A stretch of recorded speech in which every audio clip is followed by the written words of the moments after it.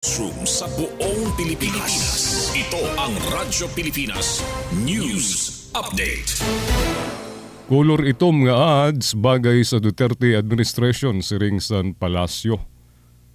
Mas bagay nga ehemplo sa anay administrasyon ang bag-o nga political ads ni Senadora Amy Marcos.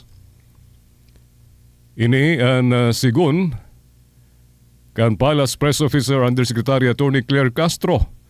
Mas maitatanding ang Duterte administration sa kulor itom tungod sa mga naranasan sa itong kagutuman ng extrajudicial killings.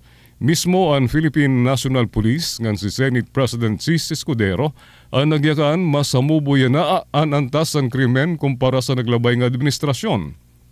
Kung ginsaring naton itom yana ang kulor, mas madidescribe siguro naton ang sa doon naglabay ng administrasyon nga sobra itom ngan yana may esplikar sa panahon sa yanang administrasyon diri man sugad ka busag pero pakadto na iton didto. Sigun kan Castro, gindadasig ni Castro ngan administrasyon Marcos ang pakadto na sa busag miskin diri pa perpekto nga busag kundi hinay-hinay nga nagamada san kaklaruhan kahayag ang kabubuason sa mga Pilipino. Papunta na sa paputi, kunting kulay na lang medyo maputi na. Hindi pa perfectly white pero doon na patungo ang kasalukuyang administrasyon, dugang pa ni Castro.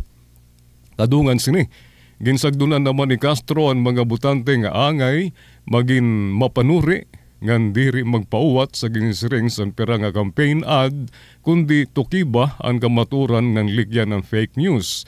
Ang reaksyon sa Malacanang ang kasunod sa campaign ads ni VP Sara ngan Amy nga nagtutudlok sa pagluluksa daw tungod sa gutom ngan krimen sa nasod. Amod to ang news update, Gin Navilon, Iutag Notisya.